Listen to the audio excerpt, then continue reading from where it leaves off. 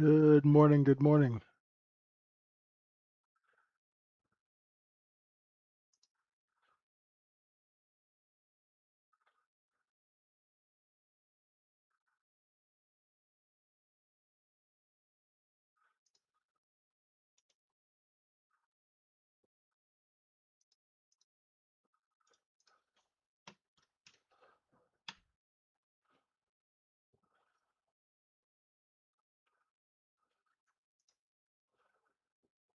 How we doing? Geez,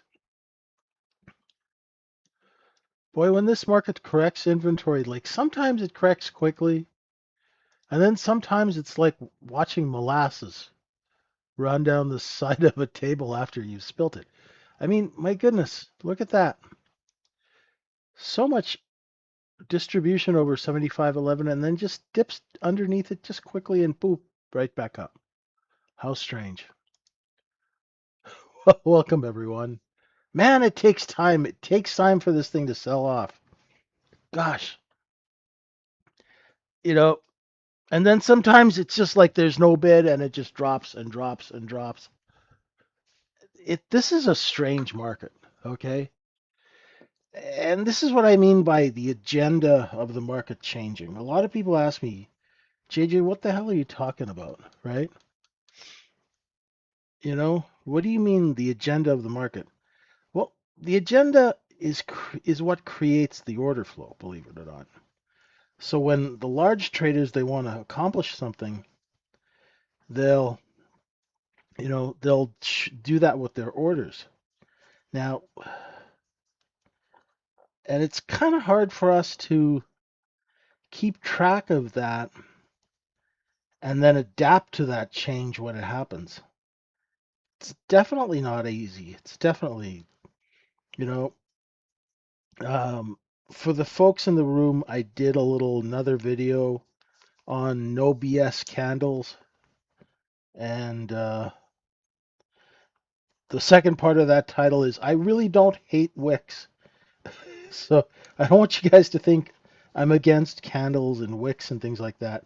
And I try and explain why a wick happens. So go ahead, take a look at that. It's in the video section. Well, it can be, right? It can be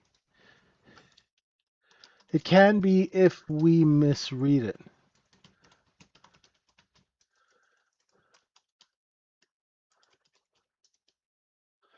Now, reading the agenda is tough, right? Because a lot of people go, "Oh, the size trader is doing this, they're doing that." The best way to read the agenda is the candles. The candles, whether you're trading a 1 minute or a 5 minute or, the candles will tell you what's going on. Like today, we've been above VWAP for hours, right? We took all the cheap stuff that got sold off under 7,500 yesterday. Because yesterday we had a bit of a sale, right? Yesterday we put in a new high for the week, but we had a sale and we closed down here, underneath, well, just around 74.80 and change. So what we did was we took all that cheap liquidating inventory.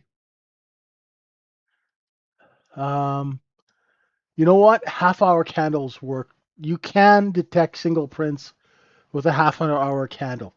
You just kind of train your eye to see it. I'll show you what I'm talking about. So we took in all this cheap stuff here, and then at nighttime the market stabilized, did a look below and fail of yesterday's low, and then we're just taking that and making beautiful sales up here over 75.11, right? So now let me just get to your question really quick on the single prints. Okay. So here we have single prints at 75.02 to 75.05 and change here, right? Oh, 75.05. So if we look at the half hour chart, when did that happen? when the candles don't overlap, these will be single prints. Do you see? Now it's not, the problem with it is it's not really clear. They're the single prints, and you can see that they filled, right? But the thing is, you got to kind of train yourself to see it. For a long time, I couldn't see it. It was hard to see. But after a while, you can train yourself, but mark them off on the chart. Because, if you go and look at a chart like that, you're not really, unless you're really trained your eye to look there, right? But it's not easy. That's why market profiles a little bit. That's the one thing I like about it, because you can see very quickly, right? You can go, let me make this bigger. You can go, oh, there's single prints here. You see here, it's obvious, right? It's obvious that they're here, and these were single prints to the downside. So you can see it really clearly, whereas on here, it's just a little bit more subtle, right? It's a little bit more subtle. So, but it can be done. It can be done. There are a lot of indicators that charted on candles. Oh, cool. Oh, do tell. Thanks, Les. Thank you. Very helpful. So if there's something that you can use like an indicator that I'm not aware of, but Leslie is, uh, definitely use it. Oh, this is what they call fair value gaps. Because I never know what the hell they're talking about. Okay. Okay, cool. Alrighty.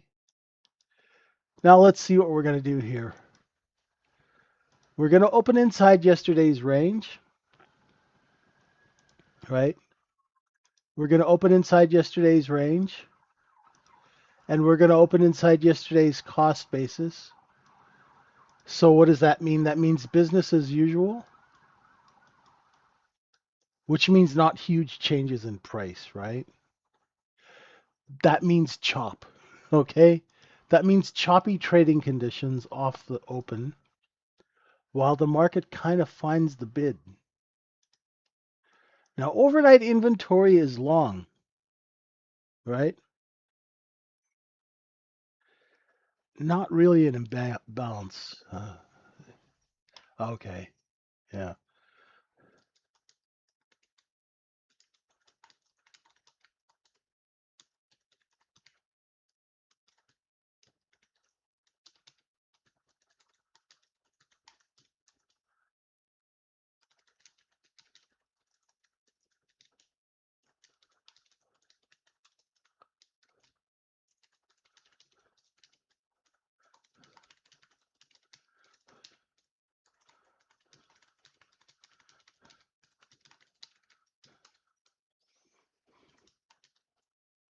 It's a wee bit more practical.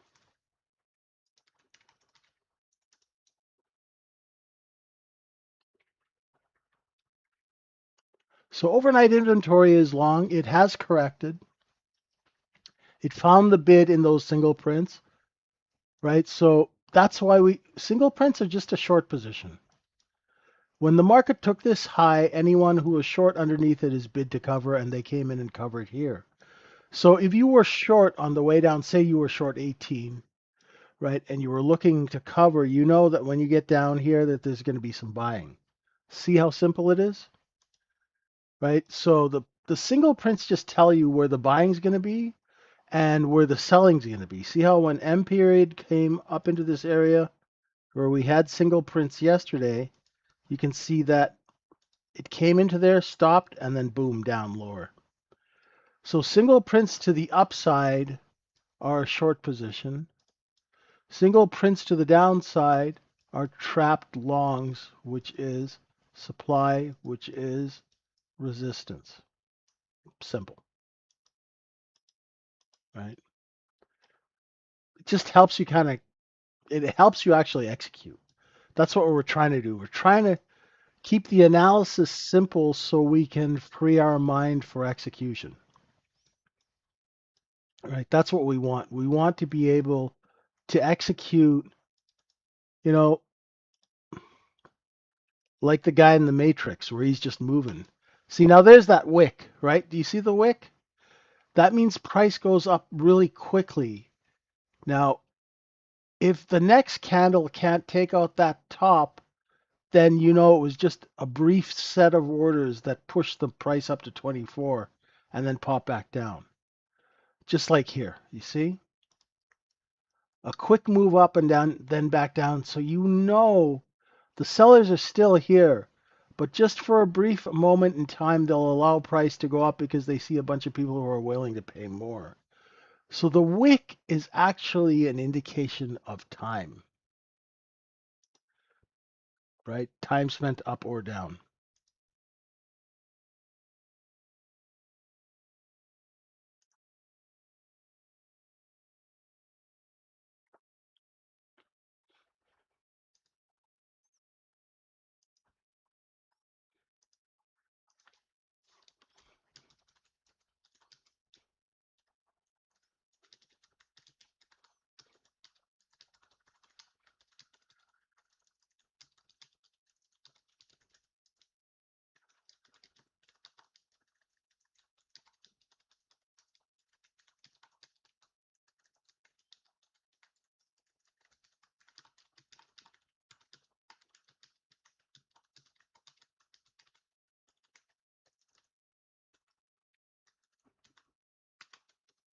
And there's our seller 25. Point of control is now moved up. So they're coming for it. What do we have for earnings today?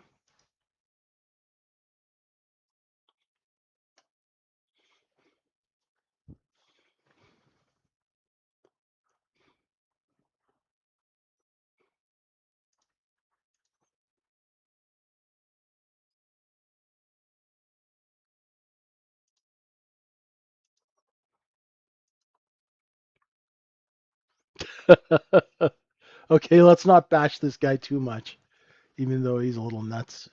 All the power to him. So we're open. Overnight high to the tick, which is a poor high, right? Crazy like a fox, he's making a lot of money. You know, was it Mark Twain said it's a lot easier to scam people than to actually teach them how not to be scammed?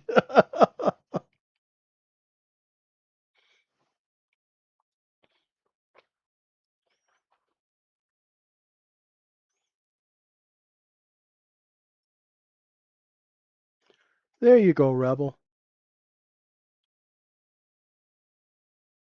Now, inventory is correcting lower.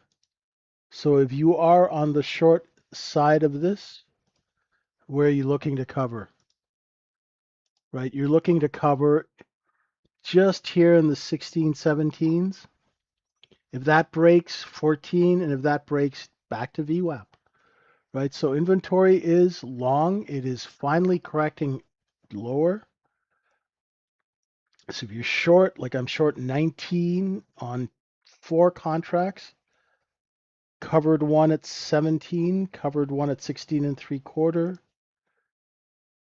and I flattened the last one at 17 and a half. And if you're still short, you can stay short down to here. All right.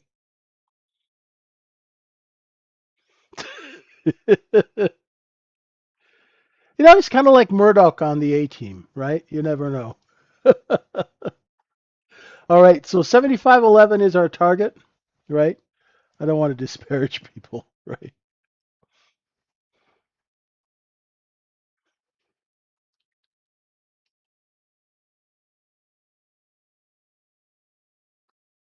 Yeah. You see, Josh, the thing is, I don't need to learn it because I already am teaching something a bit more simple. So There's no need to pollute my mind with a bunch of overcomplicated stuff. It's just going to confuse me and confuse you guys, right?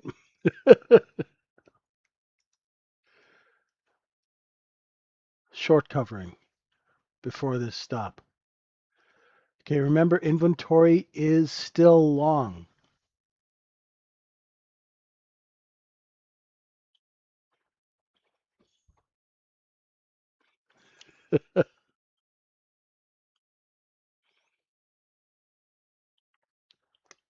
When this short covering, technically, since this is short covering, when it's done, the market should drop.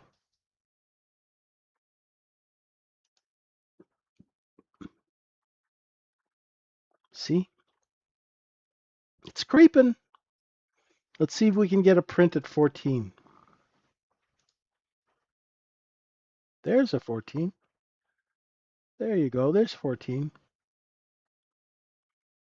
14 has been a responsive level for a few hours now. Would I buy it here? No. Potato gun. Every time I see that, I think of my buddy's potato launcher. See, there is a little bit of a bid there at 14. You see, because there's a position. Tiny little position here. Now, if you are going long, make sure you put your sell orders out because there's going to be sellers when you get to 17. Okay? If you're lucky enough to get up to 17, there should be a seller somewhere there.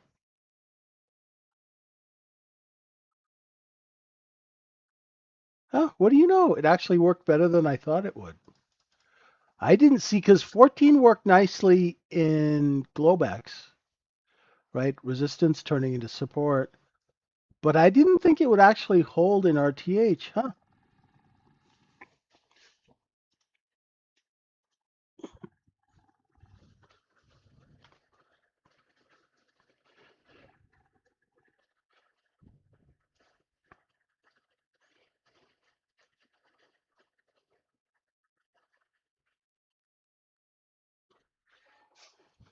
Okay.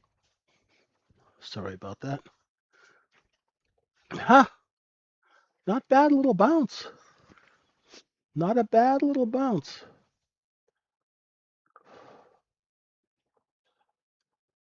What's the best trusted prop firm according to me? Well, I trade for clients, so I don't actually I don't use prop firms. So let me ask the guys in the room. You guys tell me where you've had the best experience with prop firms.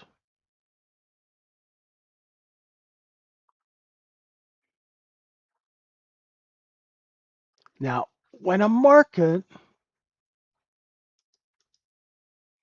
pushes up after a sell off, what I'm curious about is where do they start selling again? Right? See this candle? This candle is going to tell me where the sellers engage. Right? If you're long, that's great. Put your sell orders out. And they were there at 25 earlier.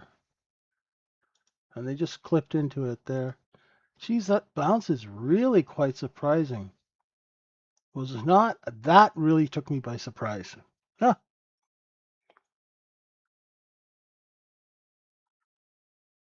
he does. But this guy's asking for my experience, and I haven't used them or any of them.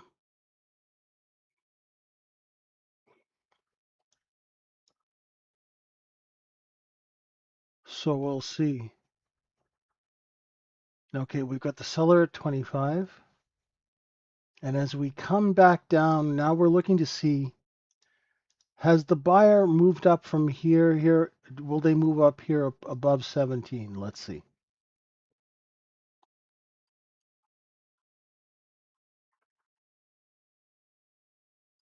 A little bit of a bid there. What I'm looking for is that back and forth. And if it just does this for like a half an hour, I'd be very happy with that. If we could just trade back and forth for a half an hour, that'd be great. Let's see if that bid's down there.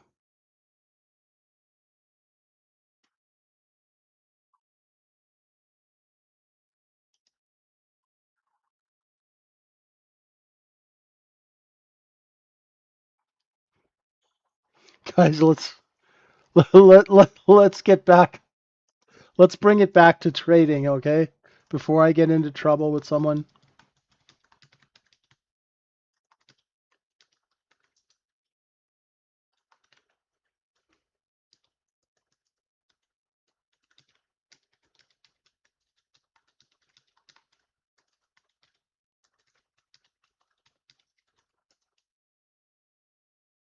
Now let's see the candles.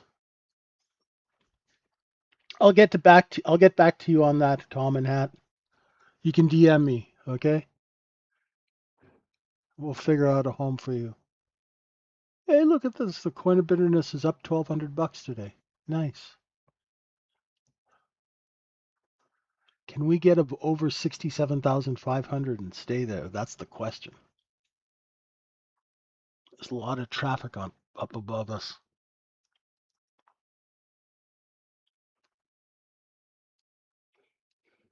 The candles are getting a little smaller. Trying to get some direction here.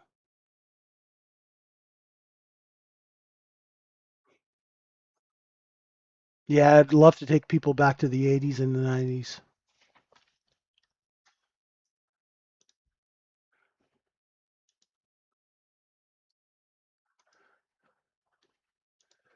Trading off a 15-minute delayed ticker. No charts. So save your long 17, 18. You know there's a seller here, right? You know there's a seller just under 20. So make sure you have your sell orders out. I would love a look below and fail of 75.11. That would be a beautiful thing. I could go for that. If we start taking out this level here, if we start taking out that 16, look for a touch of VWAP.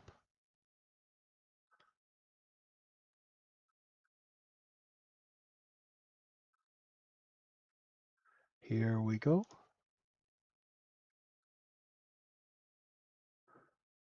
There's VWAP, as expected. And now, can we get down to 11? There we go. Come on. A little lower. Just a bit low. Come on. Come on. Oof, there's 11. Do they continue to sell it underneath 11? And if they do, the next bid place will be in the 5/6s.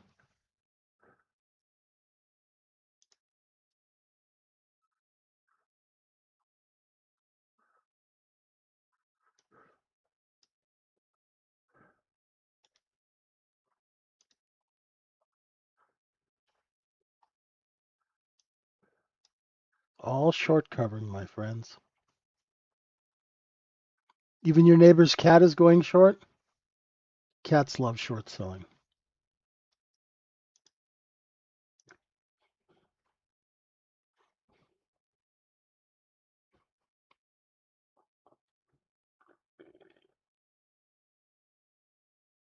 I wouldn't try and buy this here. Now, if we break into these single prints and get under 5, look for a look below and fail of 3. Okay? The order flow here is not going to be predictable. So let the large traders work this out. Okay?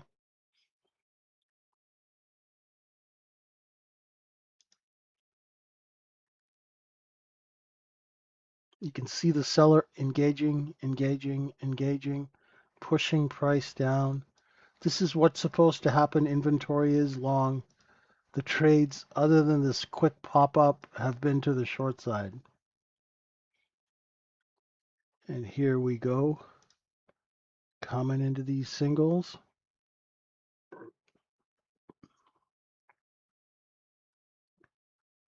Right, so if you're not short already, don't try and go long here. Wait till it looks below and fails of 73.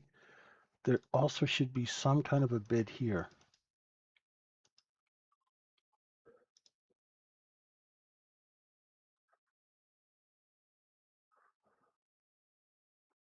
Let's see if it holds that bid.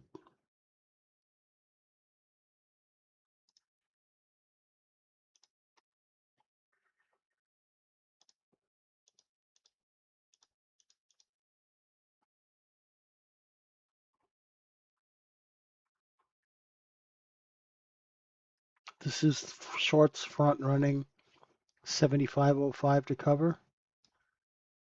So remember, like I say, after the covering is done, the market should drop lower.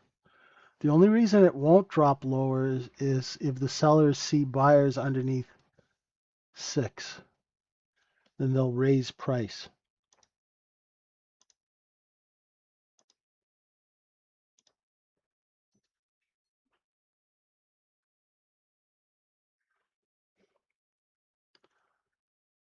Right? So I'm long 8, I'm selling 10, just on a few. Nothing serious. Simple. Right? I know there's going to be a seller at 11.5 because it was supposed to be support. The position's above it now. So I'm out. A couple of points. Just a quick little flip off of that bid. Right? Always sell into strength on a pop. Because you know they're waiting to sell into it, right? The seller has moved from there, they've moved to here. So now we know where the sellers are. What gave me the clue? Oh, the bottoms of the candles, Pollux, and the offer moving up. It's all the offer.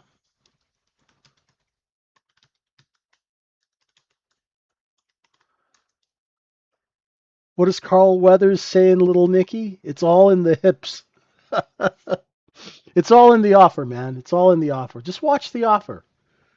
I know I keep saying the same thing to you, but just watch the offer. Because make it your best friend, right?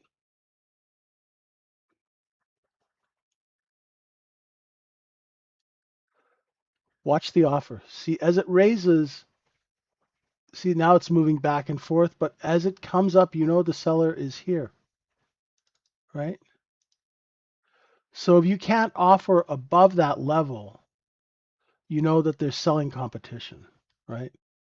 So always trying to make sure you find out where the sellers stop selling, right? And that's not defending price. Defending price is you just stop selling because you see buyers. That's why price is defended. People don't actually step in there and start buying 20,000 contracts to defend the price. That's how you go broke, right? And I always tell you the story about the guy who made 150 million bucks on his Nasdaq company, took the stock to 25 bucks, 30 bucks, and then they started shorting it and he bought it all back. Took that 120, 150 million dollars down to frickin' like $1 million by the time he was done. The fastest way to the poorhouse is if you're a size trader and you decide to stand in there and defend price. Because if somebody sees a big bid, they're going to hit it. They know you're desperate, right? This guy was so rich, he had 2 Range Rovers, one to drive while the other one was in the shop. That's how wealthy he was.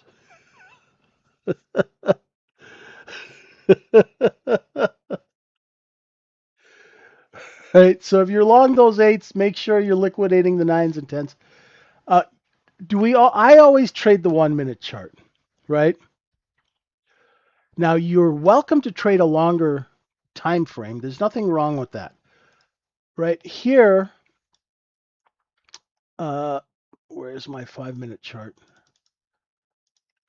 I like to trade the 1 minute chart because it tells me what's happening inside a 5 minute candle. So if I want to see what's going on here, right, I'll just zip over into the 1 minute and you see how clear it is? That's why I like the 1 minute chart. Depending on what time frame you trade, not a problem, right? But if you want to dig in to the order flow right there, you know there's a seller, the seller. Now we're coming down to our look below and fail level. Come on down. We're breaking that 5 bid. So Pollock's no long just yet, right? Oh, maybe I'm wrong. We came into the singles, filled them a bit, found some buying. Oh, not a bad pop. Oh, what do you know?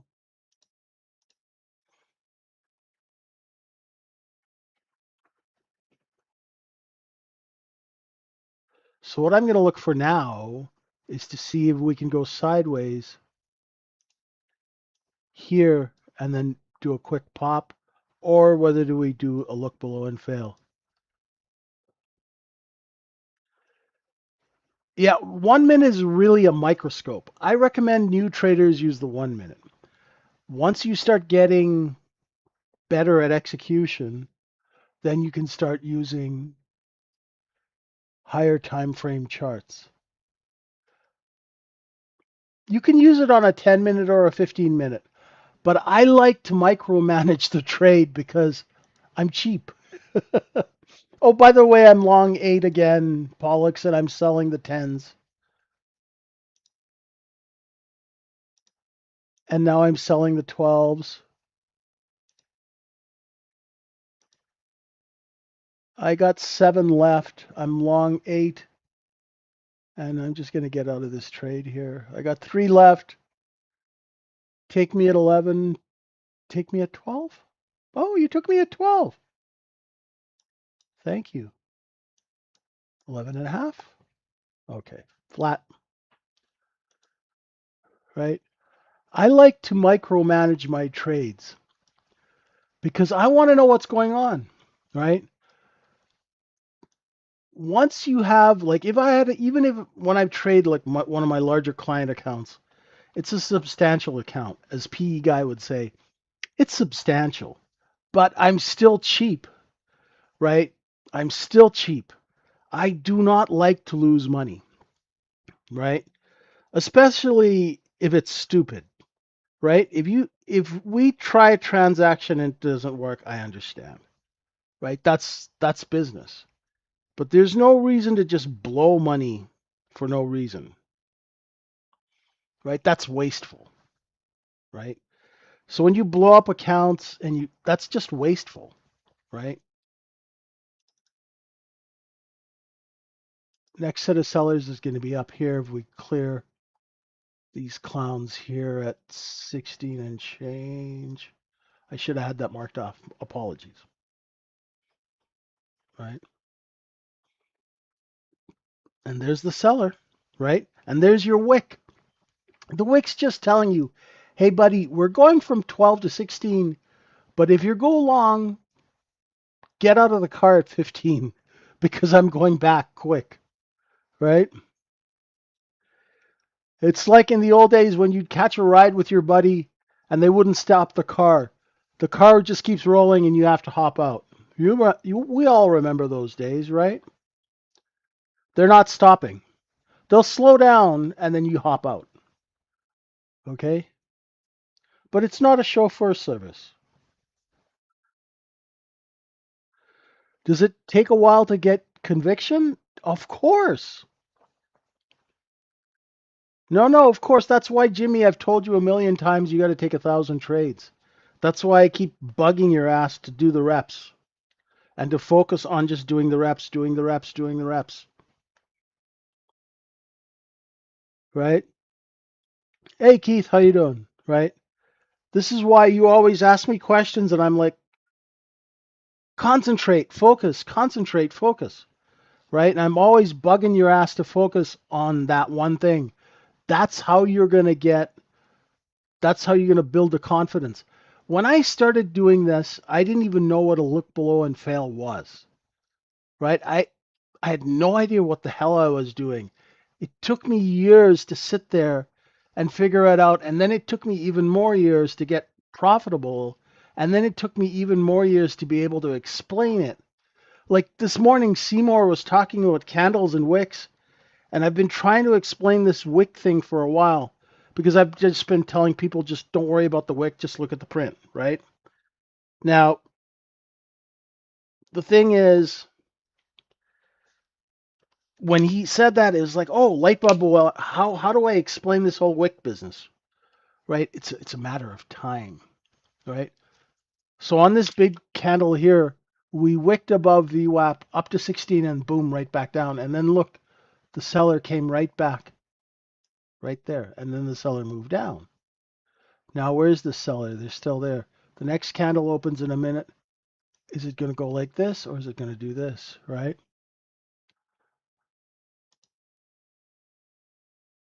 Try the 1 minute candle, SG. The 1 minute candle will keep you awake, right? I promise the 1 minute candle will keep you awake.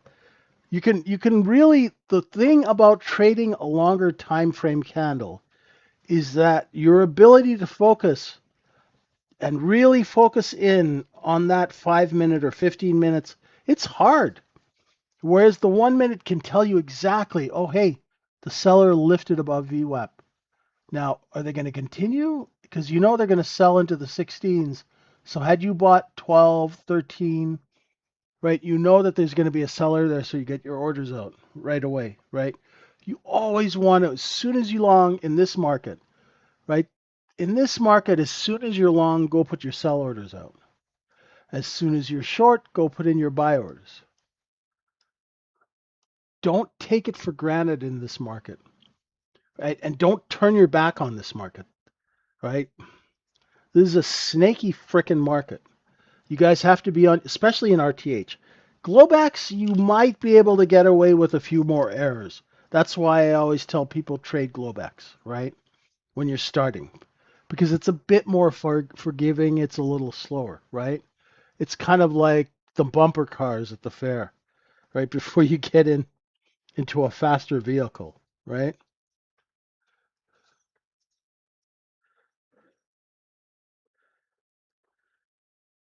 When you're learning, you need to be able to make errors and not get spanked, right? Yeah, you're right. If you don't respect the money, it definitely will leave you and go to the hands of the people who do. And that's a quick process. That's a quick process. I remember the first time, the first time I was trading for a client, one of my clients, and I made a mistake, and the account was like ACAT'd that day, right?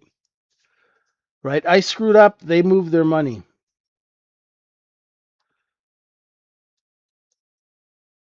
Uh, Marcos, why don't you DM me? Why don't you come in the room and try the room first, right? Why don't you come join the room first? It's a bit cheaper, right? It's not that I don't want to sell the course. It's that why don't you try the room? Come in, have a chat with me. I'll hop on the phone with you, right? And we'll see what you need for your trading needs, right? This way you don't have a huge capital outlay at the beginning, right? You can try it. It's like $50, right? So try out the room, and when you're in the Discord, because you can cancel at any time, right? So let's try the room, send me a message, tell me, hey, JJ, I want to have a chat, right? We'll hop on the phone and see, what your needs are. Maybe you just need a little tweaking, right?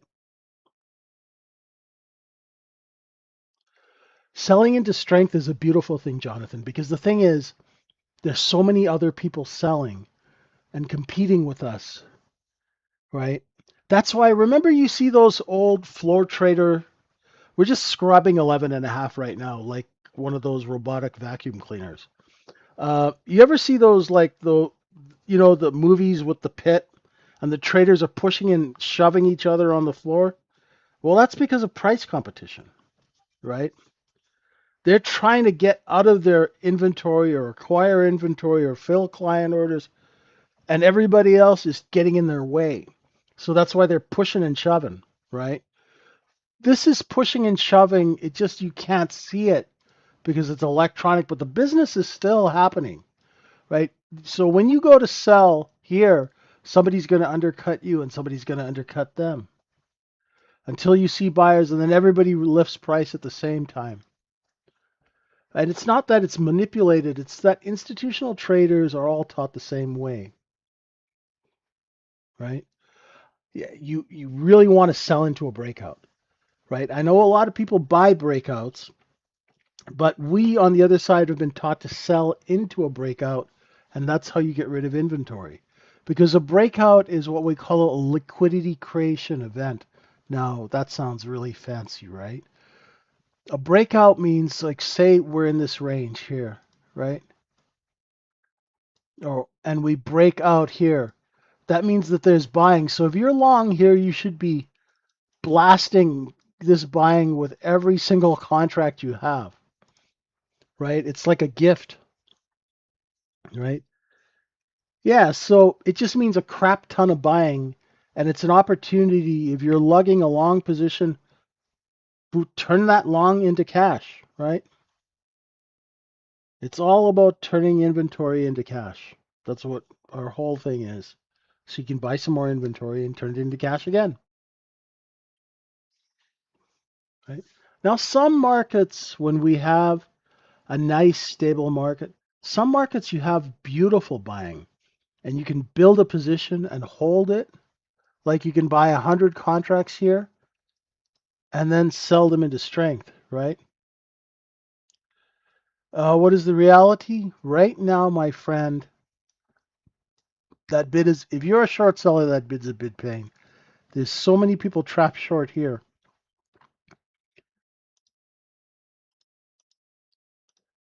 To get a proper inventory correction, we need to go all the way down to 74.83.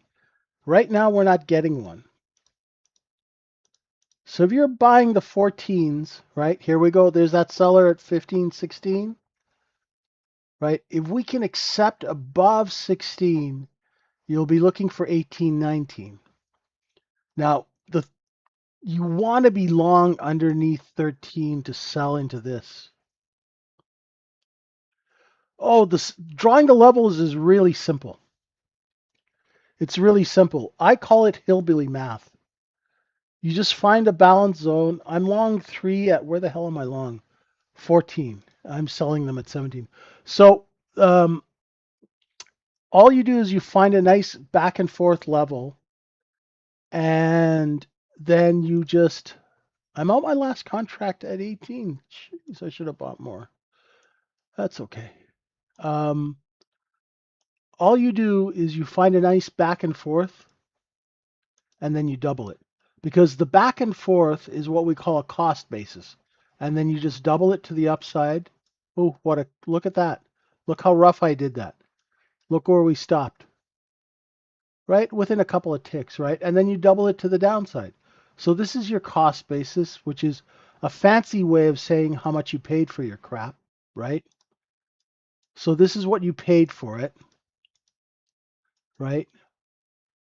And then this is 2 times profit. That's all it is. You just got to practice drawing them a bunch, right? Once you practice drawing them over and over and over again, it becomes like old hat. And I have a 5-step method, right? Where we do the same 5 things every day. Come in, look at the inventory, draw the balance, test it, right?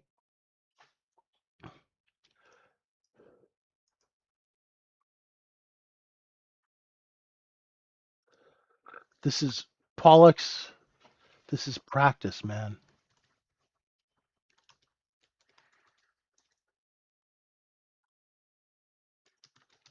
I have screwed up these trades a lot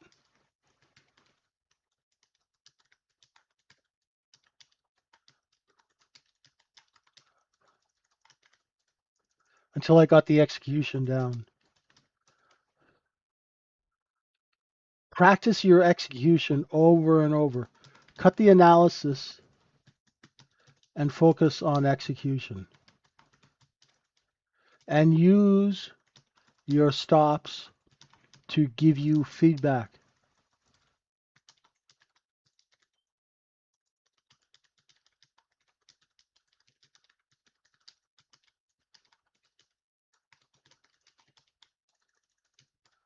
That whole course correcting, that took me years, man.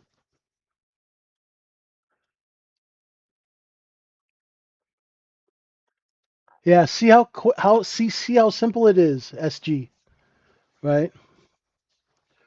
So that's the analysis, right? So we've got, you've got your balance, right? And then you double your balance, right? Sorry, it's a bit screwed up there. So now what you do is you focus on when the market does this, you buy this, you put your stop here, and you sell here. See, the thing is, Jimmy, I used to be the offer, right? So let me put into you in terms that you can kind of like, let's visualize. You're my client, and you and Pollux and Jonathan, you guys did a deal, right? You took a company that makes a new kind of toilet paper public, right? Dissolving toilet paper, right? So the three of you guys have 150 million shares between the three of you. You've got 50 million each. Now, Pollux takes his stocks and he puts it at Goldman. Jonathan takes his stock and puts it at JP Morgan, right? You take your stock and you put it at Bank of America, and I'm your trader at Bank of America. Now, there's only 150 million shares in existence. So if anyone's selling, it's going to be the three of you guys. So if I go to sell the stock at $5 and then somebody goes and offers it at 4.95, I'm no longer low offer. So I got to price compete. And then if he goes to 490, I got to move down to 489 because I need to capture the buying. I need to turn that 50 million shares of stock into cash for you. Otherwise, you're going to find a trader who can.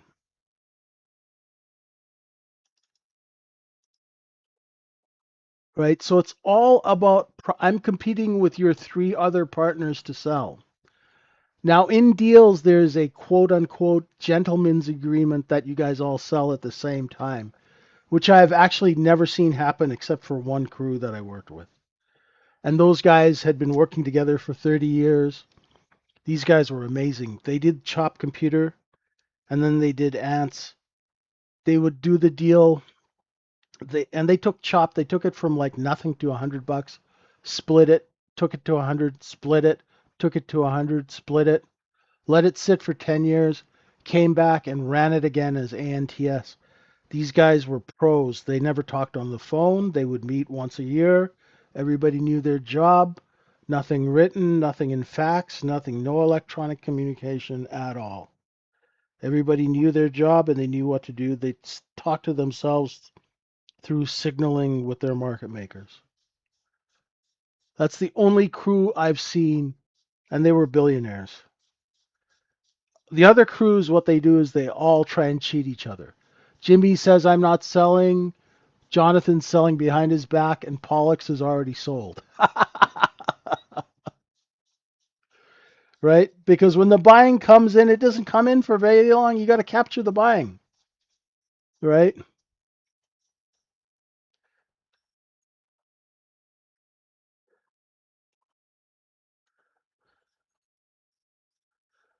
That's why the offer is important. Because the offer sets the price. Hey, Christian, how you doing? Hey, Potato Gun, welcome to the room. Good to have you with us. Black Monday against in 1992? No, no, no, no. I was a penny stock guy. I grew up in the sewers of. I came through the sewers of the penny stock world in Vancouver. Right. So I started out trading for the worst of the worst, like the absolute scoundrels, and then I worked my way up to proper business people. Right. But as the country singer Garth Brooks says, I got friends in low places. I definitely have friends in low places. Right? Dirty deeds done dirt cheap, right? That was our motto. Yes, Jimmy, it is bad to redo the balance zones. Just leave them alone. They're working, right? I think we've had this conversation before.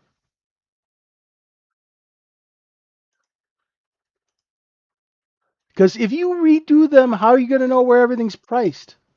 Right now, you know everything's priced here and we're selling it at 4 times, right? So why would you change it? Just leave it alone. If you're impatient, try decaf.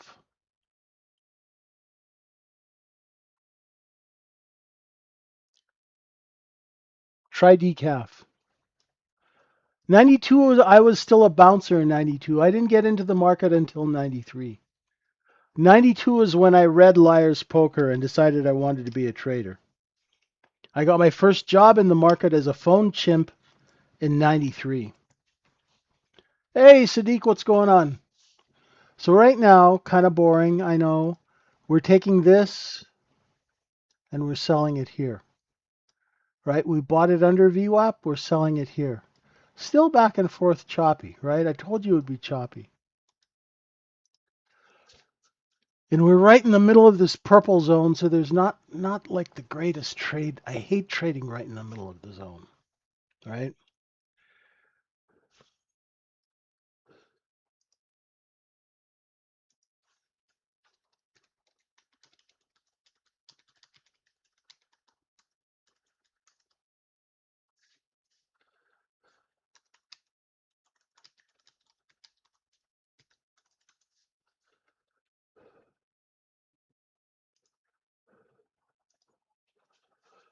Now, if we have to put it on sale, we'll put it on sale under 12. Not the most glamorous business. Yeah, really, yeah. Being patient, you're just being patient because you're waiting for them to do their job, right? It's like you're waiting, like if you're after a snowfall, you're waiting for the snowplows to plow the road. It's really all it is.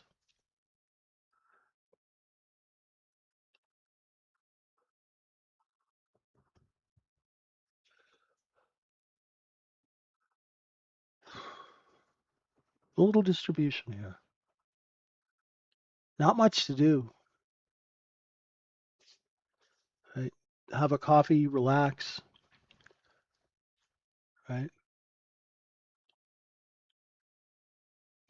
Yeah, the only time I redraw the balance zones, Jonathan, is if we like say we were doing like if we were trading sideways like this, and then some sort of news came out, and we moved up like 50 or 60 points, then I'd wait for it to go sideways and redraw the balance zones instead of doing 32 times that kind of thing, right? No, not you, Jimmy. No coffee for you.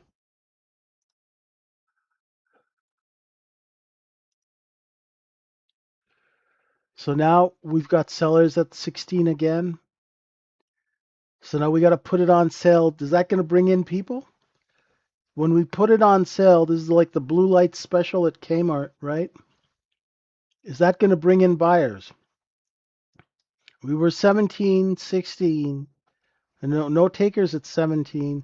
So now we're trying to sell it at 14, and let's see if that brings in buyers, or do we have to take it all the way back down to the tens? Does the previous day high-low have market need to match all balance zones? Uh, I've never actually used the previous day high and low for balance. I've used them for a look above and fail and a look below and fail. Yeah, I've never played poker, so I have no idea. I mean, I remember like poker games were like I had a buddy of mine who is and still is he's a poker player. That's all he's ever done. So when he makes a lot of money, he's in Monte Carlo.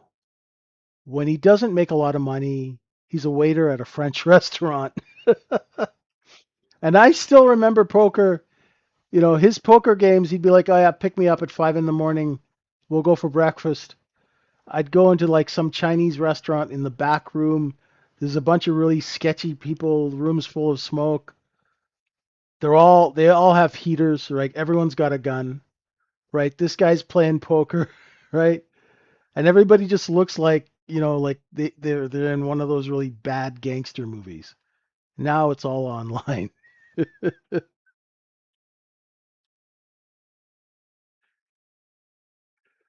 So I don't know. I just saw like when I was young, I'd see that and I'm like, I don't need to be in here, right? There's no reason for me to be sitting around with these guys and losing money because none of them really actually made money, right? They'd have a couple of good months and they'd give it all back, right? And when they had good months, man, they'd be rolling. It'd be like new Rolexes, taking the girlfriend on vacation. 2 months later, they're back waiting tables at the French restaurant. I think it does. I don't know. From what I've seen of my friends, I don't think it does. But when I look at people who like were more methodical about it, like Ray, that's a different story, right? Like Ray's methodical, right? He's not a degenerate.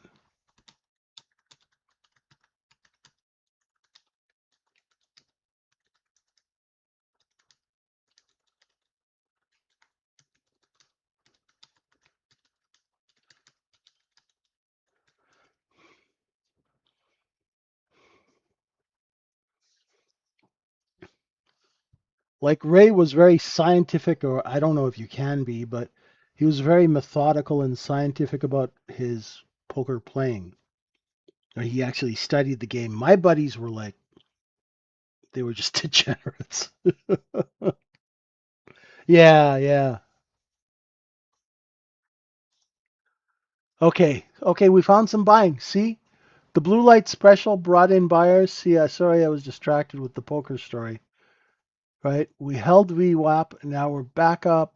That seller is still there just under 22. So let's see if we can move the needle. Just mark off where the sellers were. They'll be there again because they have to sell size. I'm writing a book. I've got a couple hundred pages written. Um, and it's a podcast now called Proper Villains. Um, the last episode was about the Vatican bid. This episode that's coming up,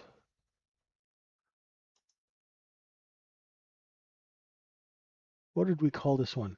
The Penguin, the Scientologist, and the Lost Oil Well. That's going to be the next podcast.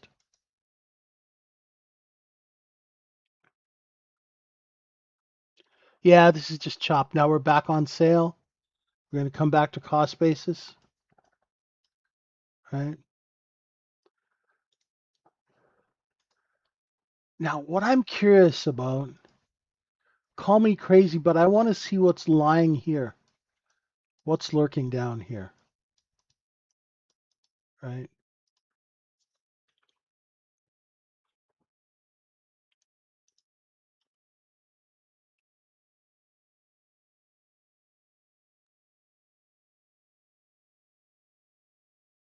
Yeah. Yeah, so I had a buddy of mine who used to manage 800 million at Oppenheimer, and quite a bit of it was for the Vatican Bank, and they would do deals. And so the Vatican bid is a bid you don't mess with. You don't short into the Vatican bid, that's for sure. You'll get crushed.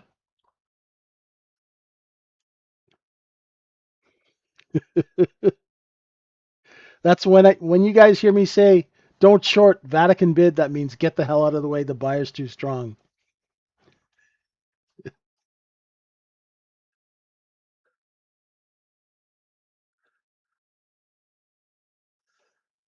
Do you use footprint? No, no, no, no. No, ways, no, here you can see that the sellers are here, right? And you see they stop selling here. Why do you need a footprint or anything else? See how simple it is? I just saved you a bunch of cash. And I saved your eyesight too. Top of the candle is where the sellers initiate. The bottom of the candle is where they see bids and they stop selling. And then they'll raise price to see if they can get those suckers to pay more. So you don't need a DOM. I use the DOM to put my orders in, but I don't look at it because it's expressions of interest. It's not actually transacted volume. The footprint is transacted volume, but I have not met one footprint trader who actually makes money. I have never seen a footprint trader who's profitable because they always get sucked into like weird little scenarios, and then they talking constipation and unfinished business and all kinds of bullshit. And I'm long 16s selling the 18s. Just a couple of points, right? You don't need a DOM. You don't need footprint. All you need is this. Simple, right? And when you get back up here, you know there's going to be sellers. They're going to interact here and they're here, right? Yeah, there is no holy grail. You know what the holy grail is in trading?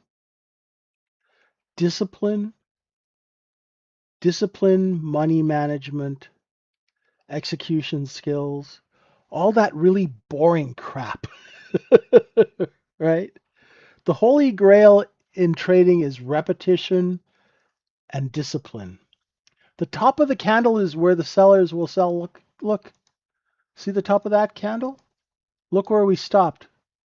We knew they were going to sell here, so if you were long 15, 16, 17, 18, you'd be selling the 23s because look, they sold there, they'll sell there again. See? It's simple. You don't have to overcomplicate this, my friends. You really don't have to overcomplicate. They sold there, they'll sell there again. The top of the candle is where the sellers start to initiate and compete and push price down. The bottom of the candle is where they stop selling because they see buyers. It's that simple. How do I know? I've been a seller for 30 years.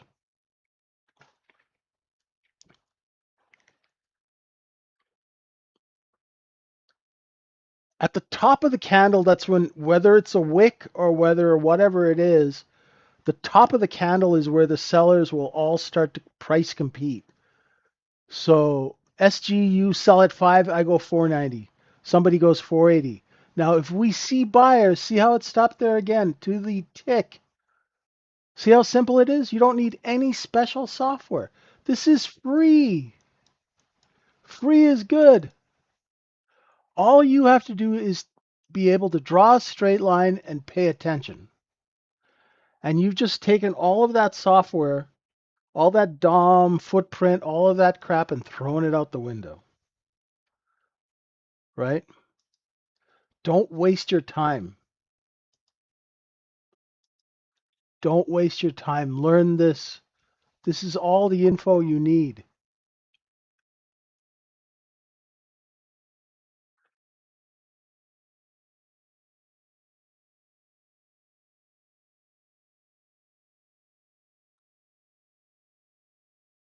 Oh, the one thing that you got to learn how to do is to take a loss if you're a trader. You got to learn how to be wrong. The bottom of the candle is where they stop selling. So pretend you have 1,000 contracts. Okay, close your eyes, and I want you to pretend that you have 1,000 contracts that you bought here. Okay, and you're all selling up here. Now, when if X Rebel starts selling here, you will lower price to compete. When you guys get down here, you'll go, oh crap, there's a bunch of buyers here. Let's raise price and let's see if we can sucker them into buying higher. So they don't start buying back. You just sell, stop selling, raise price. Sell, stop selling, raise price. Sell, stop selling, raise price. The sellers set the price according to the order flow, the flow of customer that comes into the market. So the sellers have an inventory. They sell that inventory for a profit. When nobody wants to buy it, they put it on sale to try and bring in buyers like they did here. It's really simple, right? Look, there's going to be a seller at 22. There they are.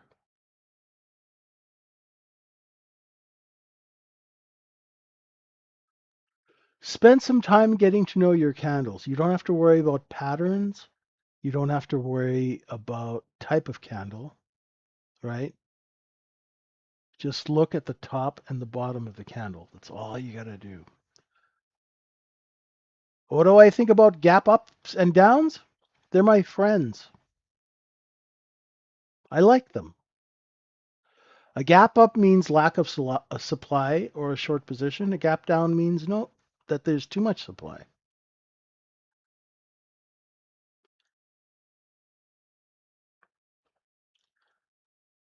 Really simple. So if I was trying to clean up a stock, right? I do. I offer mentoring.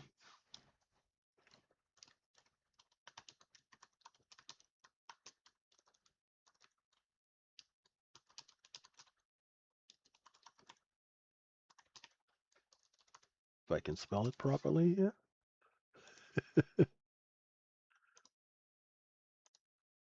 Just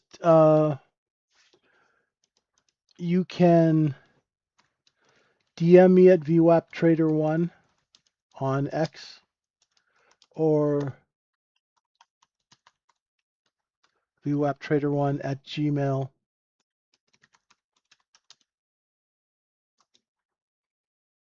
And our trading room that we offer, where I'm every day is tradingsyndicate.org.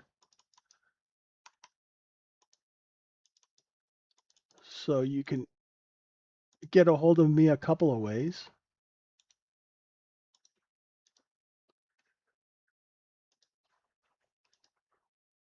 These are just distribution cycles, right? So we've got accumulation, distribution, put it on sale. Now we're going to distribute higher, right? So this is where you buy your stuff, you sell it here, you're making sales, right? That brings in buying, you can make more sales. Hey, Slap, welcome to the room. Got some new people in the room.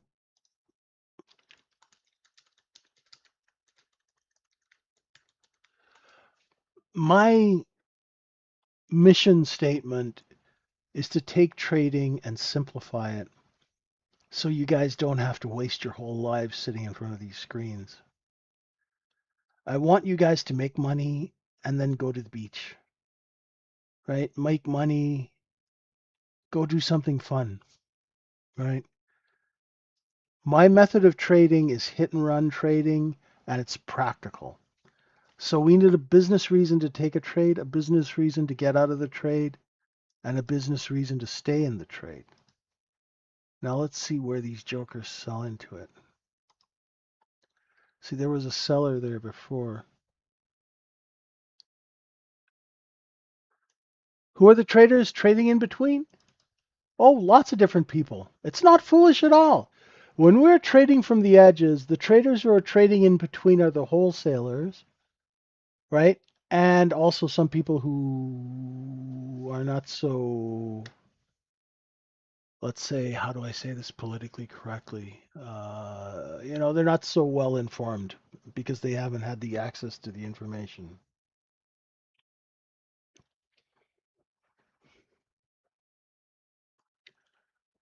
Let's see if we can get up to the overnight high. We're there. I mean, it would be a shame not to go give. I mean, since we're there, we have a moral obligation to go and try and sweep it, right? Right? Because if we can pop that top, right? Right? The thing is, you shouldn't be wondering who's buying your 520. Just be happy that they are and sell it to them. Right? I remember one of my bosses, the guys would go, "Who's buying it here?" And he's like, "I don't care if your grandmother's buying. Sell, sell, fill those bids, move it, move it, move it, move that inventory out," right? You see, when we have inventory, we act like it's a hot potato. Get it in, get it out, get paid. Right? We don't care if it's your grandmother who's buying. We will fill those bids. Poor high. Let's see.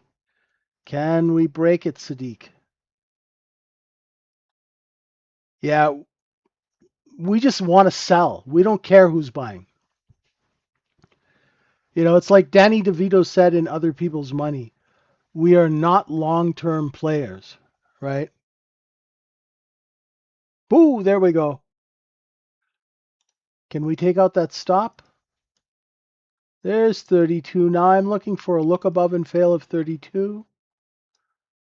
And if accepts above 32s, then we're into the 8 times cost basis, right?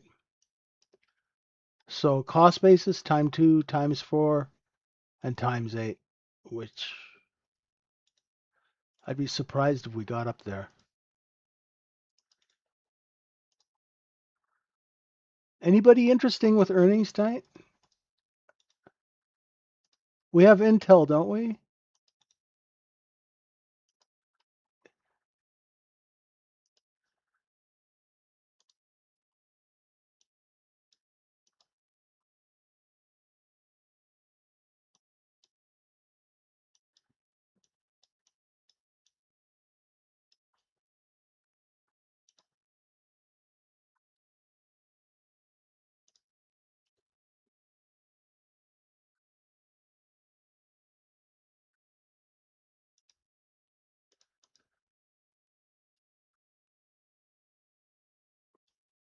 So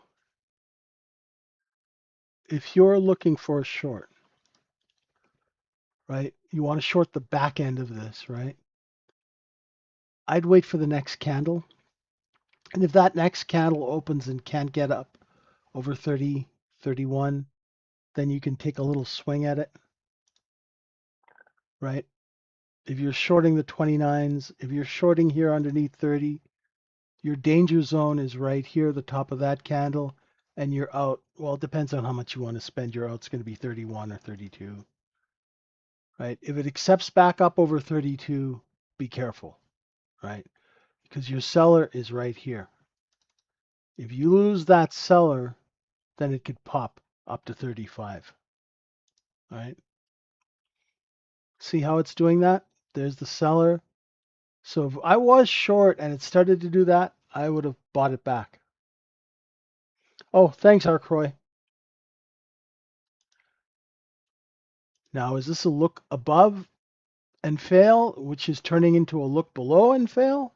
Maybe. But right now, I could go short, get stopped out, go long, get stopped out, go short, get stopped out. Sound familiar? Right at this edge, I'm going to let the large traders work this out. I'll go long if we clear the 34s, right? I'll go long and I'll go short if we accept underneath 30, right? Right here, it's as another fancy word, it's a bit nebulous. You want to let the large traders work this area out, okay? So if you're going long, remember that there's going to be selling as you go up, right? There's a stop here, but you got all of this real estate between 34 and 52.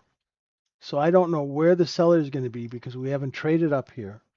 Overnight inventory is long, but we didn't get any kind of a decent correction. That tells us the market is bid, huh? Remember I told you guys this morning?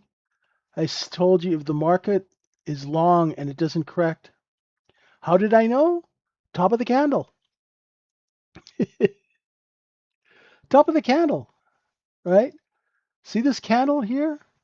I knew there's going to be a seller there. Now, if we clear that seller and you buy, say I'm long 33, right? I'm going to put my sell orders out at 35, 35 and a quarter. And if I can't get out at 35 and a quarter, I'll just hit the bid and be done with it, right? And now we know the seller is here. Top of the candle is where the sellers initiate, right? Yeah.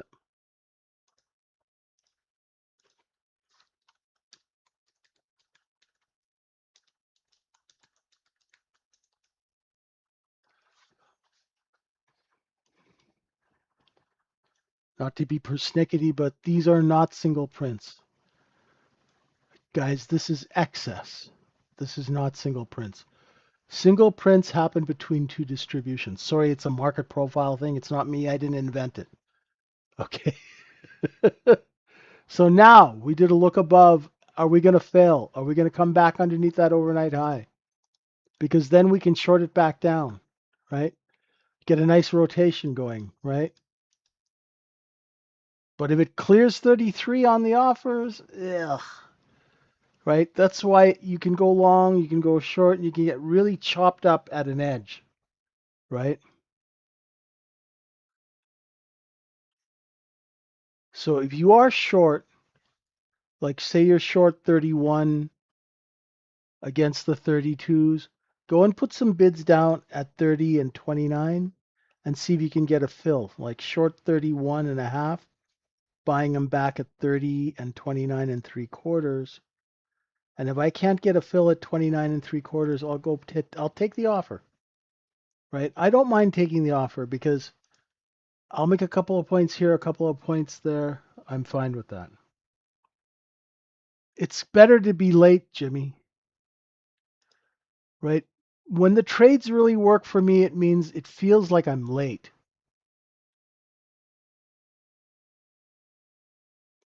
It really feels like you're late. Now, if you're short again, that 32, nah, right?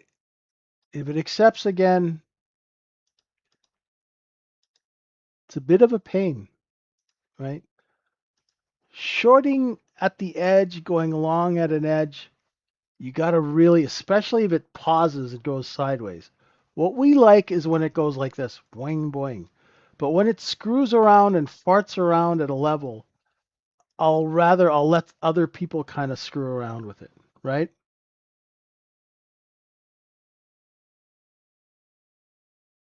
It just means that it's not, you don't have a ton of orders coming in.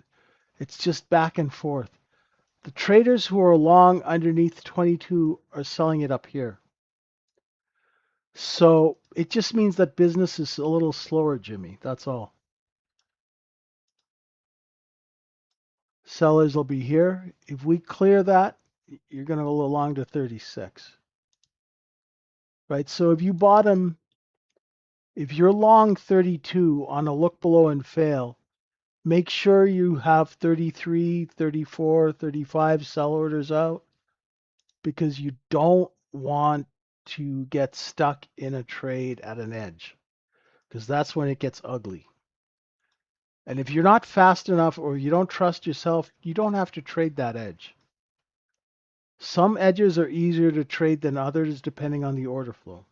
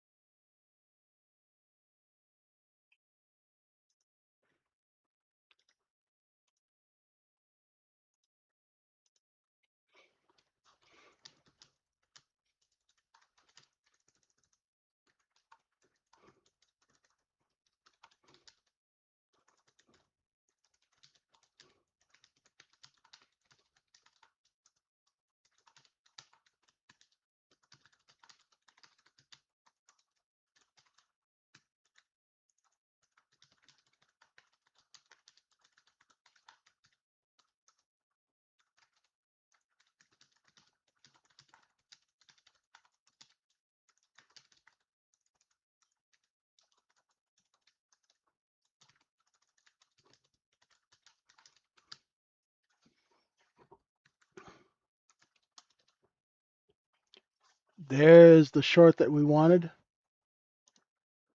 right? So when I correct people on this market profile stuff, it's not that it's offensive to me or anything.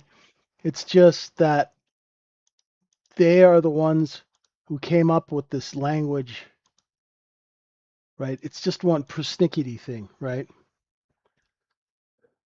That's all it is.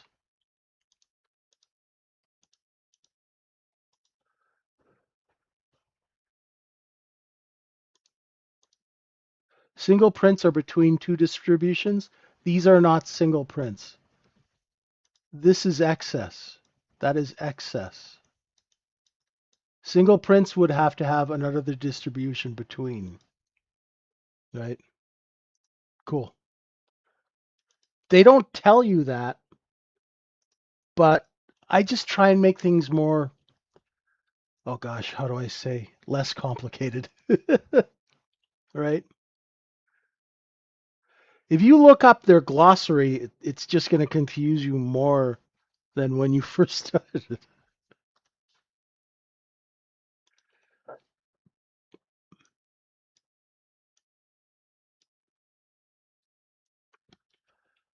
Short 28,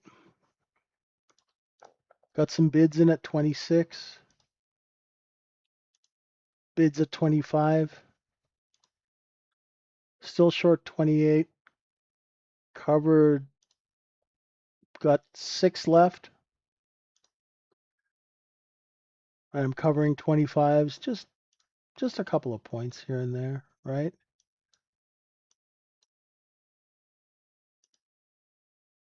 Flat, right? And this is why you want to make sure the sellers here moved here, right? So this, I'd like to have shorted up here, but this is where the sellers actually got more aggressive and started pushing price down. So I shorted 28. I started using 29.30 as a stop, and then I just put my buy orders in here. As soon as it, boom, it covers, you're done, right?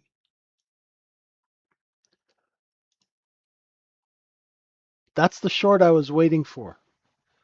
Right here, stopped out here, yeah, waited for it. Finally, when it came under this white line at 30, I know, aha, right? I know that these cats have to put it on sale, right? I don't use that look below value area and fail. I don't use that, right? I just use the levels, right? It's just a lot more, and 30 is the overnight high.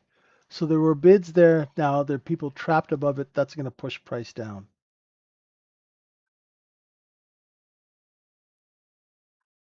Right? I love market profile, but you can waste so much time getting into the minutia of market profile and not make any money. I wasted years because they don't tell you where to take the trade. They don't tell you why.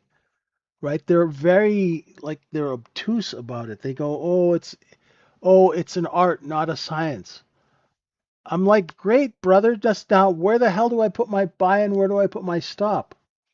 Right? I'm not trying to paint a Picasso here. I just want to pay my light bill. Right? I get really annoyed when people say things like, "Oh, it's an art, not a science." No, it's a business. Tell me how to do business properly. And that's what we do in our trading room at Trading Syndicate. We want to teach you how to do business properly, right? And I've just realized that nobody stopped me. I've been talking an extra 10 minutes. Why didn't you guys stop me? I wasn't even aware that I'm supposed to be done.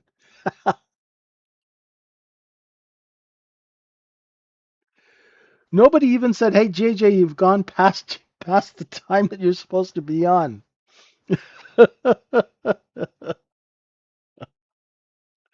I'm just talking and talking and talking.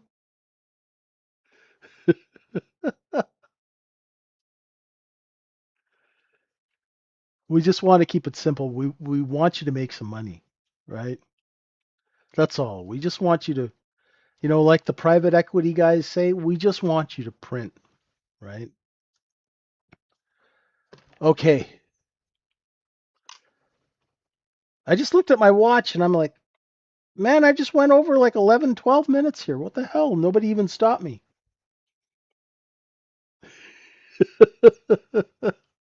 Yeah, you were paying attention. All right, folks. Tomorrow, let's do another trading lab, another execution class, 11 o'clock, if you guys are game. As long as you guys keep showing up, I'll keep doing them. It'll be 11 o'clock. It'll be recorded. I'll put the link in the ES room. And now I'm going to go get my 10,000 steps in before my girlfriend kills me. Have a great morning. Sorry for going over. Thanks, everyone. If you need help, reach out. We're around, okay? Thanks. Bye for now.